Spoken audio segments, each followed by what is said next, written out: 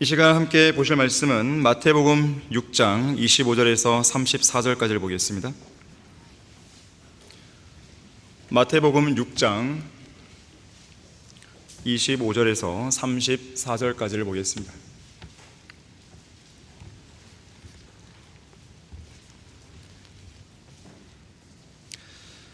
25절에서요. 그러므로 내가 너희에게 말하노니 너희 목숨을 위하여 무엇을 먹을까 무엇을 마실까 또 몸을 위하여 무엇을 입을까 염려하지 말라. 목숨이 음식보다 중요하지 아니하며 몸이 의복보다 중요하지 아니하냐.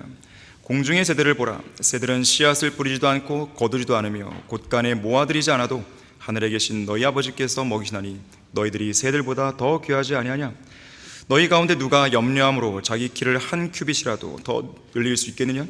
또 어찌하여 너희는 의복에 대해서 염려하느냐. 들의 백합화가 어떻게 자라는지 생각해보라. 그것들은 수고도 아니하며 길쌈도 아니하느니라.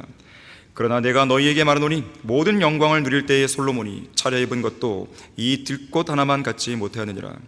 오늘 있다가 내일 아궁이에 던져질 들풀도 하나님께서 이처럼 입히시거늘 오 너희 믿음이 적은 자들아 그분께서 너희를 더욱더 잘 입히지 아니하시느냐. 그러므로 무엇을 먹을까 무엇을 마실까 무엇을 입을까라고 말하며 염려하지 말라. 이런 것들은 모두 이방인들이 구하는 것이라. 하늘에 계신 너희 아버지께서는 너희에게 이런 모든 것이 필요한 줄 아시니라. 오히려 너희는 먼저 하나님의 나라와 그분의 의를 구하라. 그리하면 이 모든 것을 너희에게 더해 주시라. 그러므로 내일을 위하여 염려하지 말라. 내일 일은 내일 염려할 것이요 그날의 재앙은 그날로 충분하니라. 자, 말씀을 위해 다 같이 하시겠습니다. 고마우신 아버지 하나님, 아름다운 계절과 시원한 날씨 속에서 또 쾌적한 환경 속에서 영과 진리로 경배를 드리게 해주셔서 감사드립니다. 아름다운 찬양과 연주로 해서도 감사드립니다. 이 자리에 앉아있는 성도들을 복주시길 원합니다. 하나님께 경배드려 나온 이 귀한 성도들을 기억해 주시고 특별히 이 시간 선포되는 말씀으로 주님께서 영적 양식으로 먹여주시며 또 이 말씀을 통해 마음과 생각을 변화시켜 주셔서 하나님께 더욱더 밀착할 수 있는 기회가 되게 해주십시오. 무엇보다도 세상에 여러 가지 근심과 걱정과 염려가 밀려올 때 오늘 말씀을 잘 듣고 마음에 새김으로써 그러한 염려들을 잘 물리치고 온전한 믿음 가운데 설 수 있는 성도가 될 수 있도록 인도해 주십시오. 주 예수 그리스도 이름으로 기도했습니다. 아멘. 하나님께서는 나의 필요를 아신다. 하나님께서는 나의 필요를 아신다라는 제목으로 설교하겠습니다. 하나님은 다 알고 계신 겁니다. 그래서 염려하지 말라는 것이에요. 우리의 필요가 무엇인지 다 알고 계시는 거예요. 어느 일간지에 실린 한 칼럼을 보니까요, 많은 독재자들은 주로 밤에 일하고 새벽까지 술을 마신 다음에 해가 중천에 뜰 때까지 잠을 잤다 그러죠. 독재자니까 자기 멋대로 일을 할 수 있으니까 그러나 보다. 물론 그런 것도 있겠지만 더 근본적인 이유는 뭐냐면 언제라도 권력을 잃을 수 있다는 불안감 때문에 일상생활이 다 무너져 버린 거예요. 나폴레옹은 하루 평균 4시간밖에 자지 못하는 불면증 환자였죠. 히틀러는 하루에 2번 신경 안정제를 먹어야 간신히 잠들었습니다. 20대에 쿠데타로 집권한 리비아의 독재자 카다피도 40대 초반부터 과량의 수면제를 복용해야 잠을 잘 수 있었습니다. 북한의 김정일은 새벽에 지방 간부들에게 전화를 걸곤 했는데 새벽에요. 한 간부가 지금 새벽 4시가 넘었습니다 이렇게 말하면 나한테는 지금이 한창 일할 시간이라고 대답했다고 그래요. 북한 선전 매체들은 이것을 가리켜서 애민정신이다, 열심히 일한다, 부지런히 일한다 이렇게 호도했지만 실상은 불면증에 시달려서 밤새도록 술을 마신 거죠. 지금의 김정은도 마찬가지예요. 똑같아요. 잠을 못 자요. 불안한 것이죠. 언제 자기의 권력을 빼앗으려고 암살당할지 모르는, 암살을 시도할 사람이 있을지 모르는 그런 불안감 때문에 잠을 못 자는 거예요. 그래서 벌써부터 자기 딸이 아무런 자격도 없는데 중국 전승절 데리고 가기도 했죠. 원래는 퍼스트레이드가 가야 되는 거 아니겠어요? 근데 안 간 거잖아요. 자기 딸을 이제 인정받게 하려는 거예요. 물론 여기에는 이제 다른 이야기도 있어요. 숨겨놓은 아들이 있다 이런 얘기도 있는 것인데 어떤 철저하게 그것을 숨기기 위해서 하는 액션이다 그럴 수 있는데 더 근본적인 것은요, 김정은의 몸 상태가 말이 아닌 거예요. 그 살을 찐 거 보세요. 그거 보통 문제가 아닙니다. 그건. 각종 합병증을 다루고 다니는 거예요. 지금 불안한 거죠. 구소련의 독재자 스탈린은요 밤 9시에 회의를 하고 자정에 저녁을 먹었다래요. 밤 12시. 그리고 새벽 5시가 되어서야 잠자리 들었습니다. 특히 자정 무렵에 저녁 식사할 때면 혼자 먹지 않고 항상 부하 간부들을 호출합니다. 이런 일이 비일비재했기 때문에 부하 간부들은 미리 낮잠을 자도 했다고 그래요. 스탈린 앞에서 괜히 졸았다가는 끝이 좋지 않은 동료를 여러 번 봤기 때문에 그렇습니다. 훗날 구소련의 서기장이 된 후르쇼프는요, 스탈린과의 저녁 식사가 매우 두려웠다고 회고했습니다. 자, 그런데 권력에 집착했고 암살당할 걱정에 시달렸던 스탈린의 최후는 매우 허무했습니다. 1953년 2월 28일 그는 평소처럼 심야 연회를 즐긴 다음에 새벽 4시에 잠자리 들면서 내가 일어날 때까지 깨우지 말라고 지시합니다. 다음날 아침이 지나고 낮 12시가 지나고 늦은 오후가 되어도 스탈린이 안 일어납니다. 하지만 측근들은 감히 스탈린의 방문을 열어보지 못했다고 그래요. 괜히 깨우면 안 되니까요. 깨우지 말라고 그랬으니까요. 결국 밤 10시가 넘어서야 중요한 소포가 배달된 것을 핑계로 문을 열었는데 이미 스탈린은 뇌졸중으로 회생이 불가능한 상태에 따릅니다. 그런가 하면요, 언젠가 찰스 스펄전은 회중들 앞에 서서 처음으로 설교했던 때를 회고한 적이 있습니다. 회중들 앞에 서기 몇 주 전부터 근심이 시작됐다 그래요. 차라리 병이라도 났으면 하는 생각이 들 만큼 염려가 심했다고 합니다. 결국 설교 시작부터 근심과 긴장으로 완전히 기진맥진해져서 비참한 모습으로 첫 번째 설교를 끝냈다고 합니다. 이 일을 계기로 스펄전은 생각했다 그래요. 설교 도중에 나에게 일어날 수 있는 최악의 경우가 무엇이겠는가? 아무리 최악의 사태가 일어난다 한들 하늘이 무너져야겠는가? 이 생각을 했다고 합니다. 그래서 그 이후로 스펄전은 염려와 근심을 올바른 시각으로 보게 되었고 설교도 잘 할 수 있었다 그래요. 저도 첫 번째 설교할 때 떠오르는데요, 이 수요 기도의 첫 설교였는데 여기 앞에 앉아 있는데 막 가슴이 막 쿵쾅 뛰는 거예요. 막 진짜 누가 막 들을 것 같아요. 소리가 막 정말 기도밖에 안 나오더라고요. 하나님 도와주십시오. 이 심장을 진정시켜 주십시오. 근데 딱 막상 올라오니까 마음이 탁 편해졌습니다. 편해서 설교했던 기억이 있는데 스펄전은 저보다 더 심했던 것 같아요. 보니까 이 서양에는요, 고양이도 근심하면 죽는 법이다 이런 속담이 있고요, 중국에는 100년도 못 사는 인생이 1000년의 근심을 하지 말자라는 속담이 있습니다. 실제로 한 치 앞도 내다보지 못하는 인생인데 그야말로 세상의 모든 근심을 다 떠안고 사는 듯한 그런 사람들이 있죠. 뭘 해도 근심, 어떤 일이 잘 풀려도 근심이에요. 혹시 만약에 또 다른 일이 생기면 안 될까, 이런 걱정을 하는 거예요. 예수님은 오늘 본문 34절에서 내일 위하여 염려하지 말라, 내일 일은 내일 염려할 것이요 그날의 재앙은 그날로 충분하다고 그랬어요. 가끔씩 저에게 묻는 사람이 있어요. 예를 들면 월간지 글이 있으면 한 2, 3주 뒤에 월간이 나오는데 월간지 글 잘 되고 제목이 다 정해졌냐고, 예를 들면 그런 얘기를 한단 말이에요. 저는 2주, 3주 일을 생각할 수가 없어요, 지금. 그날 하루하루 하나님이 주신 그 일을 저는 해나가는 거거든요, 결국. 저한테 그런 거 묻지 마세요. 누군가가 이런 시를 썼어요. 그대 소심한 마음이요, 왜 내일을 염려하는가, 왜 미래의 길을 두려워하는가. 사랑하는 이요, 우리가 마땅히 해야 할 일을 오늘, 바로 오늘 하라. 과거는 이미 기록이 끝났으니 과거의 책은 덮어버려라. 과거의 슬픔과 기쁨의 페이지들을 들여다보지 말고 미래도 들여다보지 말라. 오직 오늘을 살라 그랬어요.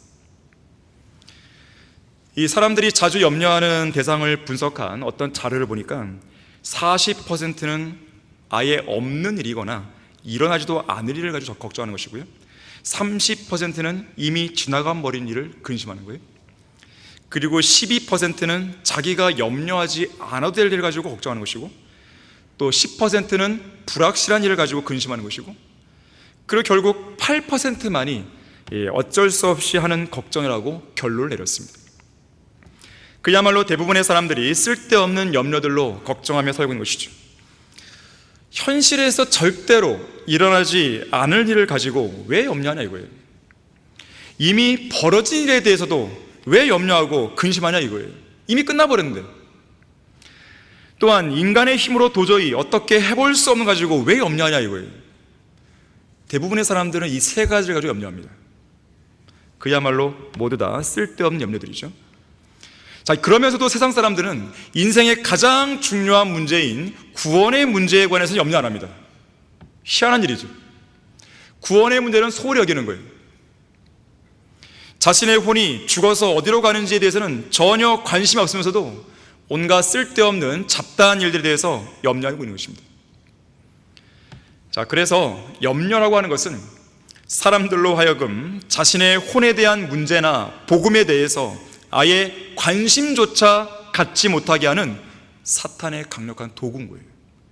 정말로 중요한 문제, 구원의 문제, 자기 혼에 대한 문제에 걱정을 하는 가운데 그 방법을 찾아야 하는 것인데, 그것은 제껴두고, 가장 중요한 걸 제껴두고 다른 것에만 쓸데없이 매몰되게 만드는 것입니다. 이것이 사탄의 전략이에요. 어떤 사람이 말하기를 염려와 근심은 홍역이나 기타 전염병보다 더 강력해서 그 당사자뿐 아니라 사회 전체에 파괴적인 영향력을 미칠 수도 있습니다. 특히나 오늘 설교 본문은 염려가 얼마나 무가치한 일인지를 우리에게 잘 보여주고 있습니다. 염려는 구원받은 성도에게 무가치한 일입니다. 자, 첫 번째로 거듭난 그리스도인은 먹을 것과 입을 것이 있으면 만족할 수 있다 그랬어요. 자, 본문 25절이죠. 그러므로 내가 너희에게 말하노니 너희 목숨을 위하여 무엇을 먹을까 무엇을 마실까 또 몸을 위하여 무엇을 입을까 염려하지 말라. 목숨이 음식보다 중요하지 아니하며 몸이 의복보다 중요하지 아니하냐. 자, 먹을 것과 입을 것은 염려할 대상이 못 됩니다. 필요에 따라서는 우리가 간구해야 할 기도 제목이 될 수는 있어요. 하지만 먹을 것과 입을 것 때문에 걱정하고 염려하며 사느라 전전긍긍해서는 안 됩니다. 디모데전서 6장 8절은 분명하게 말씀하죠. 우리에게 먹을 것과 입을 것이 있으면 이것들로 만족할 것이니라. 무엇보다도 우리가 먹을 것과 입을 것으로 만족할 수 있는 이유는 뭐냐면 우리의 이름이 하늘에 있는 어린 양의 생명책에 기록되어 있기 때문에 그렇습니다. 세상 사람들은 그 어떤 문제보다도 죽음에 대해 가장 크게 걱정하고 염려하죠. 하지만 우리는 다른 건 몰라도 최소한 죽음 이후에 우리가 어디로 가는지 정도는 알고 있습니다. 지금 죽어도 하나님이 계시는 셋째 하늘로 간다는 것에 대한 확신이 있는 것이죠. 자, 우리 모두는 각자의 모든 짐을 십자가 밑에 풀어놓은 사람들입니다. 내게로 오면 쉼을 주리라고 약속하신 주님의 초청에 믿음으로 응답한 사람들입니다. 따라서 어떤 이유든지 우리는 염려할 이유가 없는 것이죠. 바다를 항해하는 커다란 여객선의 맨 밑바닥에는 이 자이로스코프 센서가 있어요. 이 배가 동요하거나 양쪽 옆으로 흔들리는 것을 보완해 주는 거예요. 흔들릴 때 딱 바로 잡아주는 것이죠. 그 동요를 덜 할 수도 해주는 거예요. 자, 이러한 것은 산더미 같은 거대한 파도 속에서도 배가 안정되고 평형을 유지할 수 있도록 도와줍니다. 자, 노아의 때를 생각해 보십시오. 노아의 때에 전 지구를 물에 잠기게 하고 격심한 파도를 일으키고 전 지구를 휩쓸고 다녔던 대홍수 속에서도 노아의 방주는 거센 파도에 부딪혀 두동강 나지 않았습니다. 심하게 흔들려서 전복되지 않았습니다. 물론 하나님께서는 완벽한 비율의 안정적인 비율의 배를 설계하고 만들어주신 거예요. 하지만 그보다 더 근본적인 이유는 그 방주 안에 하나님께서 함께 계셨기 때문입니다. 당시 노아가 방주 속에서 300일 이상을 하며 300일 이상을 지내며 뭘 했을까요? 이 배가 전복되지 않을까? 염려했을까요? 배에 물이 있으면 어떡하지? 배 안에서 이대로 죽는 건 아닌가? 먹을 게 다 떨어지면 어떡하지? 이런 걱정했을까요? 무엇을 먹을까? 무엇을 마실까? 무엇을 입을까 하고 인생 문제를 걱정하고 염려했을까요? 배가 부서지는 것은 아닌가 하고 염려하며 불면증에 시달렸을까요? 잠도 못 자고? 사실 노아는 이 기간 동안 하나님과 달콤한 교제를 누렸을 것입니다. 세상과는 완전히 분리되어 있었던 거예요. 세상에 있는 걸 완전히 차단된 것이죠. 세상에서 밀려오는 근심 걱정이 없는 거죠. 밥을 먹고 잠자고 가족들과 아름답게 이야기를 나누고 동물들을 돌보고, 자, 그런 기본적인 일들을 다 제외하고 나면 그 많은 시간, 나머지 대부분의 시간들을 주님과 긴밀한 교제를 나누며 보냈을 것입니다. 세상의 그 어떠한 잡다한 일들에 대한 염려 때문에 하나님과의 교제를 방해받지 않았을 것입니다. 이처럼 커다란 배에는 안전과 평형을 유지해주는 자이로스코프 센서가 있듯이 거듭난 그리스도인의 마음속에는 완전한 평화를 유지해주는 예수님께서 계십니다. 하지만 사탄은 어떻습니까? 지속적으로 두려워하는 영을 우리 마음속에 집어넣는 것이죠. 우겨넣는 것이죠. 쓸데없는 염려로 우리의 마음을 억누르죠. 보이지 않는 공포를 조장하는 거죠. 이게 바로 테러예요. 테러. 일종의 공포예요. 그리고 우리를 영적으로 질식되게 만드는 것이죠. 목을 조르고 불안하게 만들고 계속 의심으로 가득 차게 해서 하나님을 신뢰하지 못하게 만드는 것입니다. 불안하고 또 불안하고 또 불안하고. 오스왈드 챔버스 목사는 말합니다. 우리가 가진 모든 염려와 초조함은 하나님을 빼고 계산하기 때문에 생기는 것이라 그랬어요. 우리 안에 있는 자이로스코프 센서를 제거해버리면 우리는 불안할 수밖에 없는 거예요. 우리 안에 하나님의 영이 계시는데, 성령께서 내주하시는데, 예수 그리스도께서 우리 안에 영원히 넣어져 계시는데 뭘 두려워하냐 이거예요. 뭘 걱정하냐 이거예요. 뭘 염려하냐 이거예요. 우리 안에는 모든 것이 있는 거예요. 예수님은 모든 것이잖아요. 미국의 백화점 왕 J.C. 페니는 미주리주에 위치한 작은 시골 교회 목사의 아들로 태어났습니다. 하지만 중간에 믿음을 잃어버립니다. 실족하는 것이죠. 이후에 자수성가해서 1920년대 미국 최대의 백화점 주인이 돼요.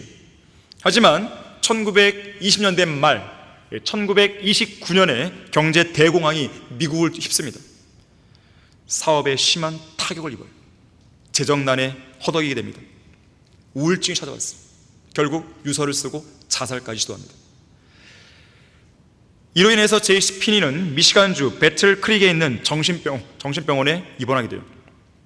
그러다 어느 날 아침 낙담하고 좌절했던 그에게 찬송 소리가 들려옵니다. 맥없이 처진 무거운 몸을 이끌고 찬송 소리가 흘러나오면서 가봤어요. 병원에서 있는 정기 채플 시간이었습니다. 의사, 간호사, 사무직원 등 10여 명이 모여서 찬송을 부르고 있었어요. 그날 들은 찬송은 102장 너 근심 걱정 말아요였어요. 너 근심 걱정 말아라. 주 너를 지키리. 주 날개 밑에 거하라. 주 너를 지키리. 아무 때나 어디서나 주 너를 지키리. 늘 지켜주시리. 찬송이 끝나고 누군가 앞으로 나와서 성경 말씀을 읽습니다. 수고하고 무거운 짐자들아 다 내게로 오라. 그러면 내가 너에게 쉼을 주리라. 마태복음 11장 28절 말씀이죠. 이 찬송 가사와 하나의 말씀이 J.C. 페니의 마음에 큰 평안과 확신으로 다가왔어요. 훗날 그는 이렇게 고백합니다. 당시에 그 찬송과 성경 말씀을 듣는 순간 나는 이루 말할 수 없는 하나님의 은혜와 안식을 경험했습니다. 나는 그때 속으로 울고 있었습니다. 그리고 주님께 이렇게 기도했습니다. 사랑하는 하나님, 저는 지금까지 혼자 힘으로 아등바등대며 살아왔습니다. 하지만 이제 저의 힘만으로는 살 수 없음을 깨달았습니다. 주님, 저를 주님의 날개 아래 품어주시고 지켜주십시오. 저와 함께 해주십시오. 이 기도를 마쳤을 때 마치 무한한 어둠의 터널을 통과하여 찬란한 태양빛으로 옮겨지는 것 같았다. 그리고 잃어버린 신앙을 되찾고 해방되고 기쁜 마음으로 새로운 힘을 얻게 되었다. 자, 우리의 마음속에서 영원한 생명과 천상에 있는 복들을 이 땅에서 향유하는 기쁨이 사라져버리고, 또한 영원하신 하나님과의 풍성한 교제가 사라져버리고, 기도의 응답들, 위대한 진리의 말씀들을 통해 얻는 능력과 도전, 구원의 감격, 주님을 향한 열정, 재림에 대한 간절한 열망, 자, 이러한 모든 건전한 생각들이 다 사라져버리고 염려만 남게 되는 이유가 무엇이겠습니까? 이유는 단 한 가지예요. 말씀과 기도를 통한 하나님과의 교제가 중단된 거예요. 소원해진 거예요. 소홀히 된 것입니다. 제가 이 교회에 있으면서 지난 33년 동안 어떤 사역의 한 부분을 담당하는 사람들이 사역에 떨어나가요. 그리고 중책을 맡았던 어떤 성도들이 실족해서 배교에 나갑니다. 자, 그런 모든 것들을 봤을 때 왜 그런 일이 있었을까? 저는 많이 궁금했었습니다. 제가 내린 결론은 딱 한 가지였어요. 주님과의 교제가 소홀해진 거예요. 여러분, 사역이 중요합니까? 아니면 하나님과의 교제가 중요합니까? 구령하는 게 중요합니까? 아니면 말씀과 기도를 통해 하나님과 함께 교제하는 게 중요합니까? 무언가 주님을 위해서 열심히 땀을 일하는 게 중요합니까? 아니면 주님 안에서 먼저 쉬는 게 중요합니까? 답은 분명해요. 사람들은 경건의 모양에 심취해 있습니다. 겉으로 드러나는 모습에 심취해 있는 거예요. 그래서 그 모습을 통해서, 모습을 보여줌으로써 사람들이 나타내고 싶은 거예요. 나 그래도 괜찮아. 나 그래도 영적으로 좀 안전해. 나 그래도 괜찮아. 나 주님과의 교제 잘 되고 있고, 나 주님을 위해서 일하고 있잖아. 구령도 하잖아. 찬송도 하잖아. 연주도 하잖아. 근데 정작 주님과의 교제가 소홀히 되어 있다면 그 사람은 언젠가 반드시 떠나가는 거예요. 염려가 남는 건 바로 거기에 있습니다. 화려한 경력이 중요한 게 아니에요. 영적으로 화려한 경력이 중요한 게 아닙니다. 많은 수를 내가 구령하는 게 중요한 게 아니에요. 정말로 하나님과의 교제가 계속 충분히 풍성하게 이어지는 가운데 그러한 사역들이 이루어지고 있는가요? 이게 중요한 거죠. 그렇지 않게 되면 아무리 주님을 위해서 많은 일을 한다 하더라도 염려는 계속 있는 거예요. 그 사람한테. 염려는 부질없는 짓이에요. 그리스도인에게는 금지된 것입니다. 한글 킹제임스 성경에는 근심하지 말라는 명령이 2번 나오고, 걱정하지 말라는 명령이 2번 나오고, 염려하지 말라는 명령이 8번 나옵니다. 아무것도 염려하지 말고 다만 모든 일에 기도와 간구로 너희의 구하는 것들을 감사함으로 하나님께 알려주게 하라. 염려하느냐 기도하느냐 둘 중 하나예요. 내가 지금 기도 안 하고 있으면 염려가 있는 거예요. 내가 기도하고 있으면 염려는 없는 거예요. 둘 중 하나입니다. 염려는 죄인 거예요. 왜냐하면 금지 명령인데 염려를 했으니까 죄를 짓는 것이죠. 베드로전서 5장 7절에서 너희의 염려를 다 하나님께 맡기라. 이는 그분께서 너희를 돌보심이라 그랬어요. 자, 염려는 구원받은 성도에게 무가치한 일입니다. 두 번째로, 염려한다고 해서 달라질 게 아무것도 없어요. 그래서 사람들은 염려를 흔들 의자에 비유하는 거예요. 계속 불안해요. 흔들. 근데 앞으로는 안 나가는 거예요. 문제는 해결이 안 됩니다. 이게 염려예요. 자, 오늘 본문 26절, 27절에서 말씀하죠. 공중의 새들을 보라. 새들은 씨앗을 뿌리지도 않고 거두지도 않으며 곳간에 모아들이지 않아도 하늘에 계신 너희 아버지께서 먹이시나니 너희들이 새들보다 더 귀하지 않으냐? 너희 가운데 누가 염려함으로 자기 키를 한 규빗이라도 더 늘릴 수 있겠느냐? 염려한다고 달라지는 게 없다는 말이에요. 한 규빗이 얼마인지 아십니까? 45.7cm예요. 성인 남성 가운데 중지 손가락 끝에서 팔꿈치까지 길입니다. 여러분, 이 정도의 길이만큼 키를 늘릴 수 있습니까? 뼈를 연장시켜 늘리는 이 키 늘리는 수술이 있어요. 실제로 병원에서. 저는 추천하지 않습니다. 뼈를 단면으로 잘라갖고요, 이 사이를 띄워요. 뼈를. 그리고 그 사이에 두꺼운 철심을 박습니다. 그리고 외 고정기구로 이 뼈를 고정시켜요. 그리고 이 사이에 뼈가 재생하는 능력이 있거든요. 재생하는 능력을 활용해서 이걸 살을 채우는 거예요. 이렇게 해서 최대 늘릴 수 있는 키가 몇 센치인지 아십니까? 6cm예요. 그걸 키우려고 하는 거예요. 기껏해야. 부작용도 있어요. 그런데 하나님은 한 큐빗이 문제가 아니에요. 6cm의 7배인 45.7cm를 늘릴 수 있는 것이에요.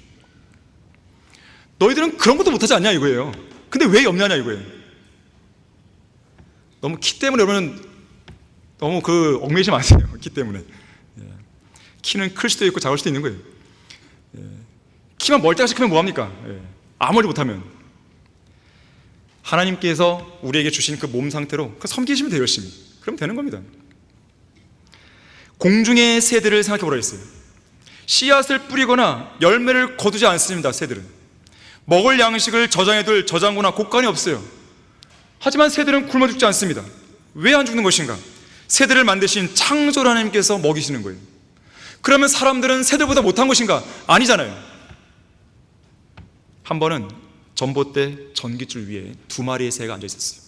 서로 이야기합니다. 하나님께서는 우리 새들을 이렇게 자상하게 먹이시는데 얼마나 감사한지 모르겠어요. 그런데 왜 사람들은 근심과 걱정에 사는 걸까요? 이 질문들은 옆에 있는 새가 말합니다. 글쎄요, 하도 죄를 많이 져서 하나님께서 사람들은 안 먹여주시고 안 돌봐주시나 봐요. 결국 뭐가 문제일까요? 불신이 문제입니다. 하나님께서 먹이시고 입히시고 기르시고 돌보신다는 것을 좀처럼 믿지 않는 그 불신이 염려 한가운데로 우리를 밀어넣고 있는 것이죠. 강릉에 비가 왔습니다. 여러분은 기도하셨습니까? 저는 기도했는데 이 좁은 땅덩이에서 전국에 비가 오는데 강릉만 안 왔어요. 비나 태풍이나 눈이나 홍수나 산불이나 이것이 우연히 일어나는 게 아닙니다. 분명한 목적이 있는 거예요. 하지만 강릉 시민 중에 몇 명이나 비를 내려주신 하나님께 감사했을까요? 반대로요, 강릉 시민들이 다른 지역에 살고 있는 사람들보다 더 악하기 때문에 하나님 비를 안 준 걸까요? 그런 내용이 누가복음 13장에 나와요. 예수님의 답변은 아니라 너희도 회개하지 않으면 똑같이 멸망한다 그랬어요. 이 망루에서 죽은 18명이 나오거든요. 또 빌라도가 이 갈릴리의 이 유대인들을 그들이 드리는 희생제물과 유대인들의 피를 희생제물과 섞어버렸어요. 저주 같은 일을 한 것이죠. 너희들도 회개하지 않으면 똑같이 되는 거예요. 어느 특정 지역만 산불이 납니까? 어떤 특정 지역만 비가 옵니까? 또 비가 안 옵니까? 태풍이 옵니까? 태풍이 피해갑니까? 우리가 다 뭐 잘났기 때문에 하나님께서 비를 주시는 건 아니에요. 자, 중요한 것은 그런 상황 가운데서 하나님께서는 보호하신단 말이죠. 그걸 안다면 감사할 수 있어야 됩니다. 또 그걸 안다면 어려움에 처했을 때 주님을 신뢰할 수 있어야 되는 거예요. 불신이 문제입니다. 영국의 의료 선교사이자 탐험가인 데이비드 리빙스턴은 아프리카에서 선교하던 중에 커다란 위험에 직면한 적이 있었어요. 왜냐하면 그를 죽이려 하는 원주민 추장이 소유하고 있는 숲을 통과할 수밖에 없는 상황에 놓였기 때문에 그렇습니다. 반드시 통과해야 돼요. 전날 밤 데이비드 리빙스턴은 평소에 약속의 말씀으로 붙들고 있던 마태복음 28장 18절부터 20절을 다시 읽게 됩니다. 그 후에 예수께서 그들에게 오셔서 일러 말씀하시기를 하늘과 땅에 있는 모든 권세를 나에게 주도다. 그러므로 너희는 가서 모든 민족들을 가르치고 아버지와 아들과 성령의 이름으로 침례를 주며 내가 너희에게 명령한 모든 것을 가르쳐 지키라. 보라, 내가 세상 끝까지 너희와 항상 함께 있으리라고 하시더라. 아멘. 그랬어요. 이 말씀에 다시 한번 감동을 받고 이 말씀을 붙든 리빙스턴은 그날 밤 일기에 이렇게 적습니다. 1856년 1월 14일 가장 권위 있고 신성한 이 말씀은 불안의 종식을 의미한다. 불안의 끝을 의미한다. 죽음이 온다 해도 나는 그 숲을 몰래 횡단하지 않겠다. 나는 지금 평안하다. 하나님 감사합니다. 마틴 루터는 그의 사랑하는 친구에게 보낸 편지에서 이렇게 썼습니다. 어떤 문제로 인해 마음이 연약해지고 근심하게 되는 이유는 정말로 그 문제가 큰 문제라기보다는 문제서라기보다는 불신 때문이다 이렇게 썼어요. 평생을 중국 선교사로 헌신했던 허르슨 테일러가 자신이 해야 하는 사역이 점점 많아지고 동역자와 물질적인 필요가 점점 더 커지는 상황에서 그를 도와줄 사람은 보이지 않게 됩니다. 그래서 결국 근심에 빠진 적이 있었어요. 결국 그의 정신적인 스트레스는 밤잠을 설치게 했고 신경쇠약에 걸릴 정도로 상태가 심해집니다. 그러다 어느 날 요한복음 15장을 읽다가 5절 말씀에 큰 위로를 받게 돼요. 나는 포도나무요 너희는 그 가지들이라. 그가 내 안에 내가 그 안에 거하면 그 사람은 많은 열매를 맺느니라. 이는 나를 떠나서는 너희가 아무것도 할 수 없기 때문이라. 나는 포도나무요 너희는 그 가지들이라. 나는 포도나무요 너희는 그 가지들이라.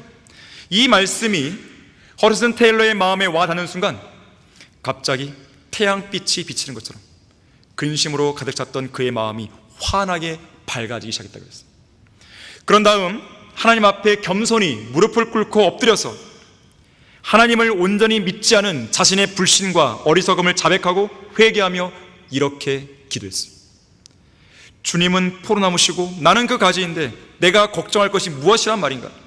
주님께서 수분과 양분을 공급해 주시는 포도나무이기 때문에 가지인 나는 그 수분과 양분을 받아들이기만 하면 되는데, 가지인 내가 수분과 양분을 공급하려고 애를 쓰고 있다니 참으로 어리석었도다. 아버지 하나님, 이 시간부터는 모든 염려와 근심을 주님께 맡기겠으니 주님께서 모두 책임져 주십시오. 이렇게 기도하자 평안이 마음속으로 파도처럼 밀려 들어왔다 그래요. 시편 55편 22절에서는 너의 짐을 주께 맡기라 했어요. 여러분의 짐을 주님께 맡기는 겁니다. 한번 맡겼으면 도로 그 짐을 찾아올 생각하시면 안 돼요. 그리고 짐을 맡겼다면 이젠 더 이상 내 소관이 아니에요. 주님 소관입니다. 염려는 이제 주님이 하실 거예요. 근데 염려는 주님 안 하시죠. 주님은 전능하신 분이기 때문에. 너의 짐을 주께 맡기면 하나님께서 붙드시고 흔들리지 않게 해주겠다 그랬어요. 염려는 흔들리는 거예요. 염려하지 않도록 만들어주시는 거예요. 잠언 16장 3절에서는 너의 일들을 주님께 맡기라 했어요. 작은 일이든 큰 일이든 맡기라 했어요. 그러면 생각들이 바로 선다 그랬어요. 염려하다, 이 근심하다, 걱정하다, 이 worry라는 단어를 쓰는 것인데 영어로 이 단어의 헬라어 뜻을 보게 되면 메림나우, 이 마음이 둘로 나눠지는 거예요. 마음이 둘로 나눠지니까 맨날 흔들리죠. 그런데 내가 일들을 주님께 맡기게 되면 생각이 바로 서요. 하나가 딱 되는 거예요. 하나가 두 개로 나눴던 마음이 하나가 되는 것이죠. 생각이 딱 바로 서는 거예요. 여러분은 마음속으로 염려가 밀려 들어올 때 이 말씀들을 기억하셔야 돼요. 그리고 이 말을 기억해야 됩니다. 기도할 수 있는데 왜 염려하냐고요. 기도할 수 있는데, 나의 기도에 경청하고 응답하시는 하나님께 부르짖을 수 있는데 왜 걱정하고 근심하냐고요. 시편 42편 5절에서 말씀합니다.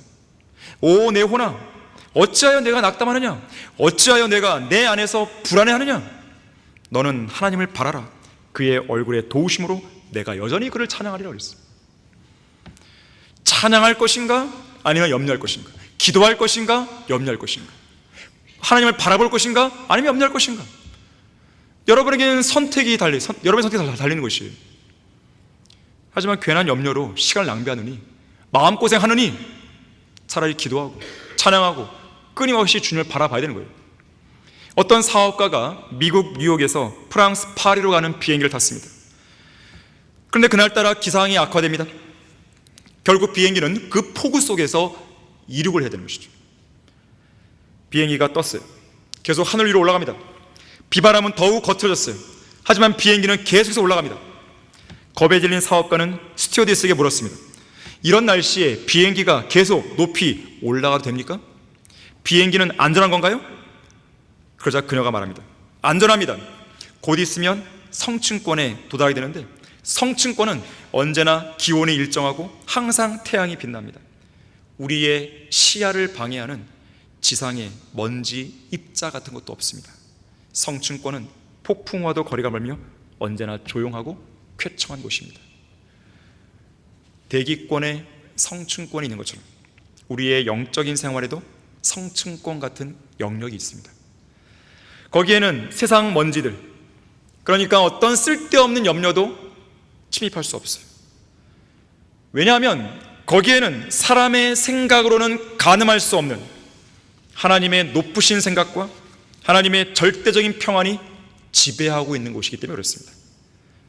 주가 말하노라, 내 생각은 너희의 생각과 다르며 내 길은 너희 길과 다르니 하늘들이 땅보다 높음 같이 내 길이 너희 길보다 높으며 내 생각이 너희 생각보다 높음이라. 이사야 55장 8절 9절이에요. 성층권을 올라가야 돼요. 기도를 통해 올라가야 됩니다. 기도를 통해 올라가게 되면, 높은 곳에 가게 되면 하나님의 길, 하나님의 생각이 지배하는 그곳에 도달하는 것이죠. 그럼 평안한 것이죠. 하지만 그렇게 하지 않고 계속 땅바닥을 쳐다보고 땅에 있는 일들에 집착하다 보니까 계속 걱정, 염려에 휩싸이는 것이죠. 이사야 26장 3절에서 마음을 주께 의탁하는 사람을 완전한 화평 속에 지킨다 그랬어요. 여러분의 마음을 여러분의 생각과 여러분의 가치관에 의탁하지 말고, 여러분의 능력에 의탁하지 말고, 이보다 훨씬 더 높은 곳에 계시는 하나님의 생각에 의탁할 수 있어야 되는 것입니다. 밀려오는 염려에 먹구름을 걸어내고, 아니 먹구름을 통과해서 더 위로 올라가서 모든 지각을 초월하시는 하나님의 평강을 경험할 수 있어야 되는 것이에요. 진지한 기도가 염려를 몰아내는 거예요.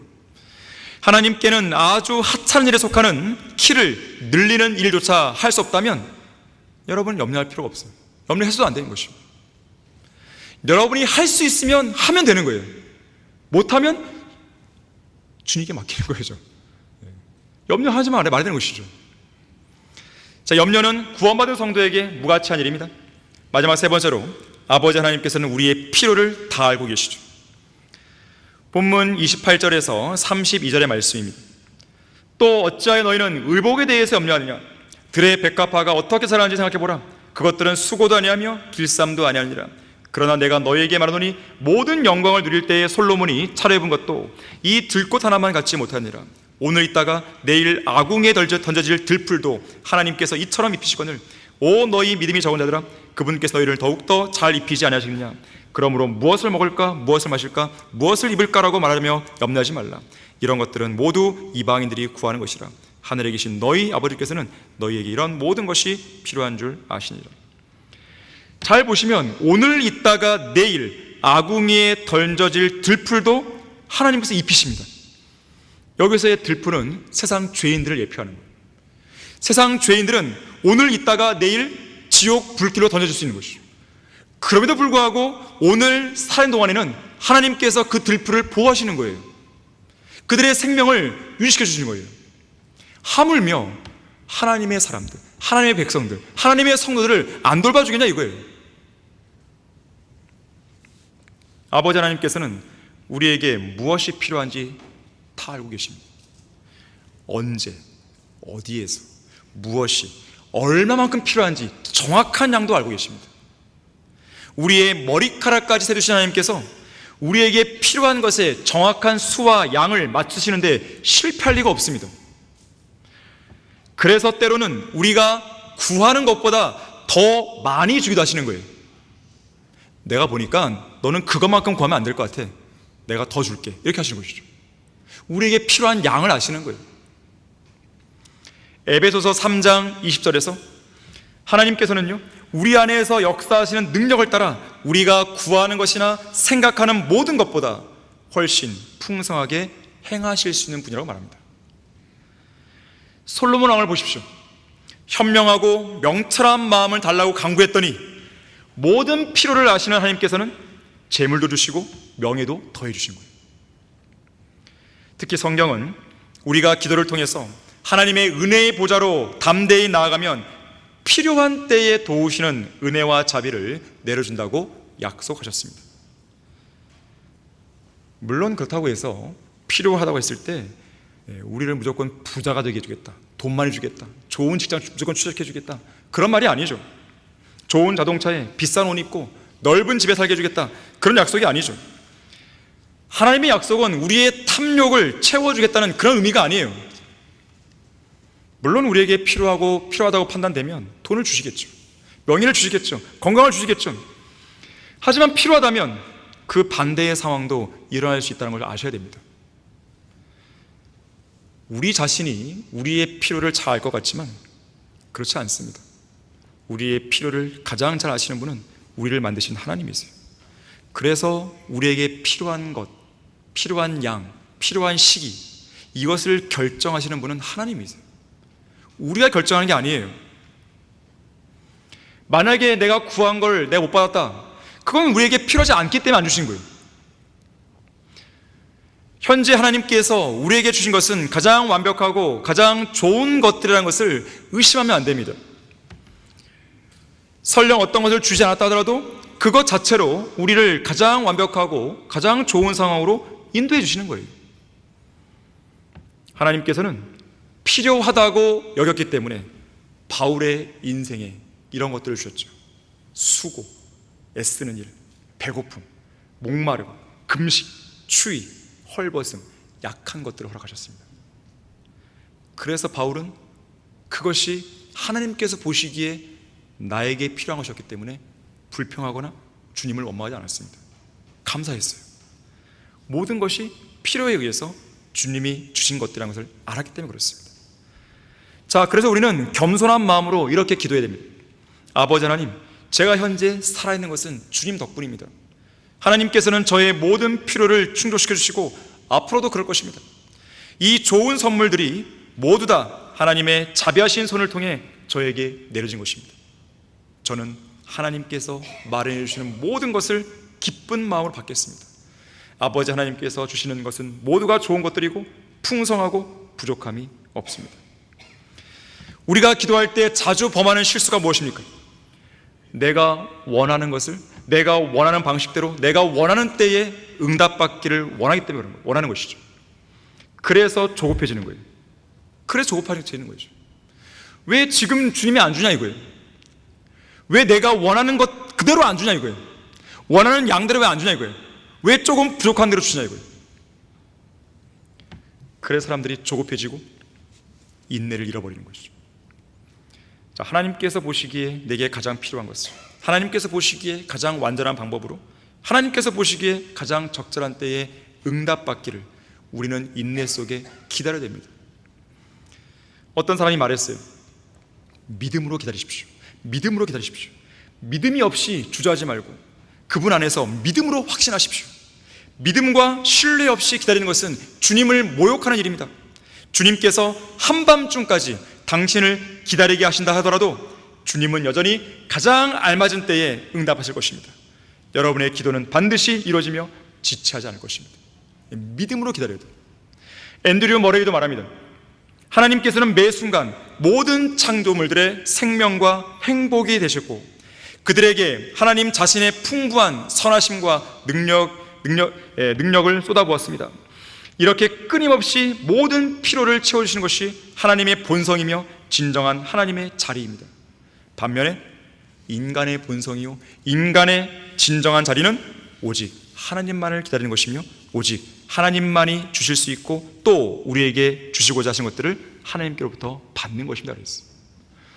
하나님의 본성은 우리의 모든 필요를 채워주시는 거예요. 단 하나님께서 보시기에 필요한 것입니다. 우리의 본성, 우리의 자리는 기다리는 것이에요. 때를 쓰는 게 아닙니다. 기다리는 것이에요. 인내하지 못하고 자리를 박차고 일어나는 게 아니에요. 불평하는 게 아니에요. 감사하고 찬양하고 확신하고 믿음을 가지고 기다리는 것이에요. 끝까지 기다리는 거죠. 그것이 우리의 자세예요. 하나님의 도우시는 은혜는 내가 원하는 때에 주어지는 게 아니에요. 착각하지 마십시오.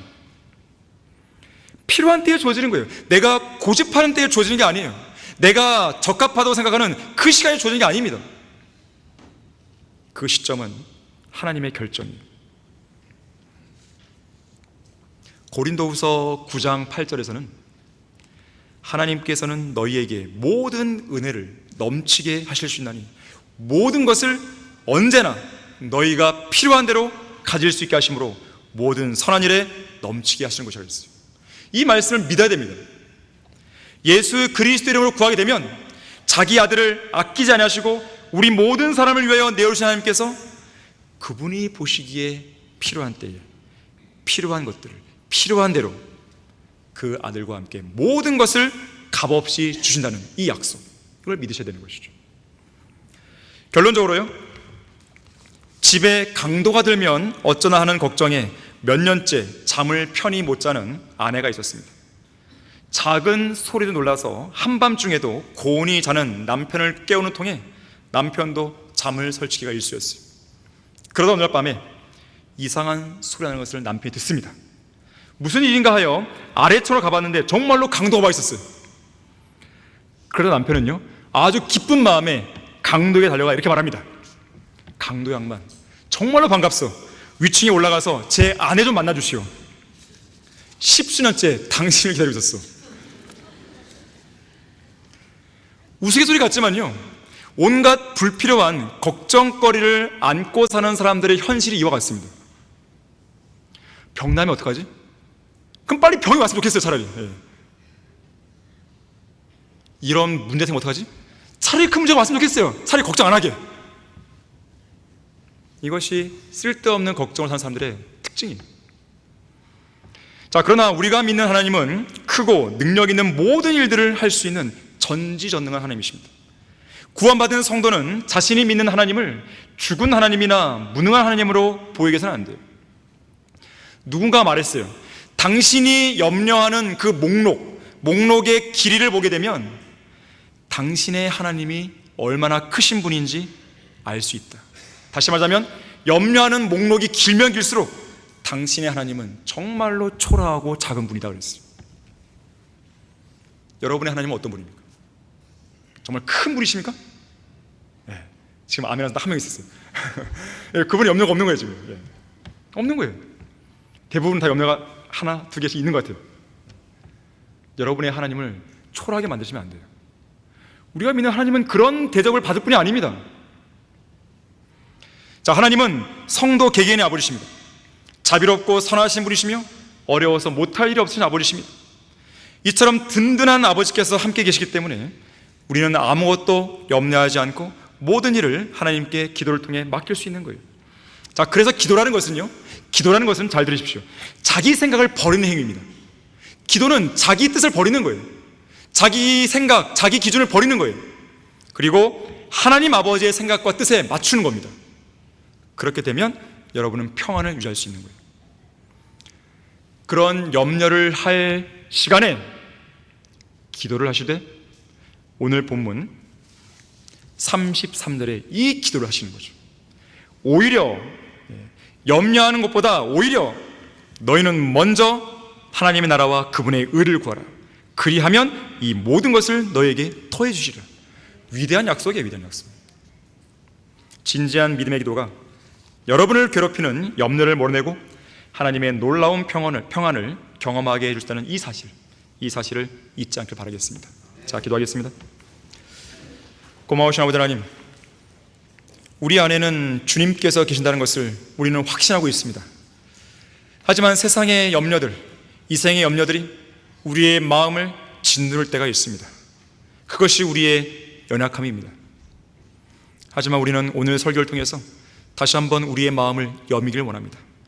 우리 안에 우리 마음을 짓누르고 있는, 그것도 강하게 억누르고 있는, 그래서 옴짝달싹 못하게 하는 그런 염려들이 있다면 이 시간 주님의 능력으로 다 제해 주십시오. 우리의 모든 염려, 그것이 작은 것이든 큰 것이든 주님께 다 맡기겠습니다. 주님께서 책임져 주십시오. 주 예수 그리스도 이름으로 기도했습니다. 아멘.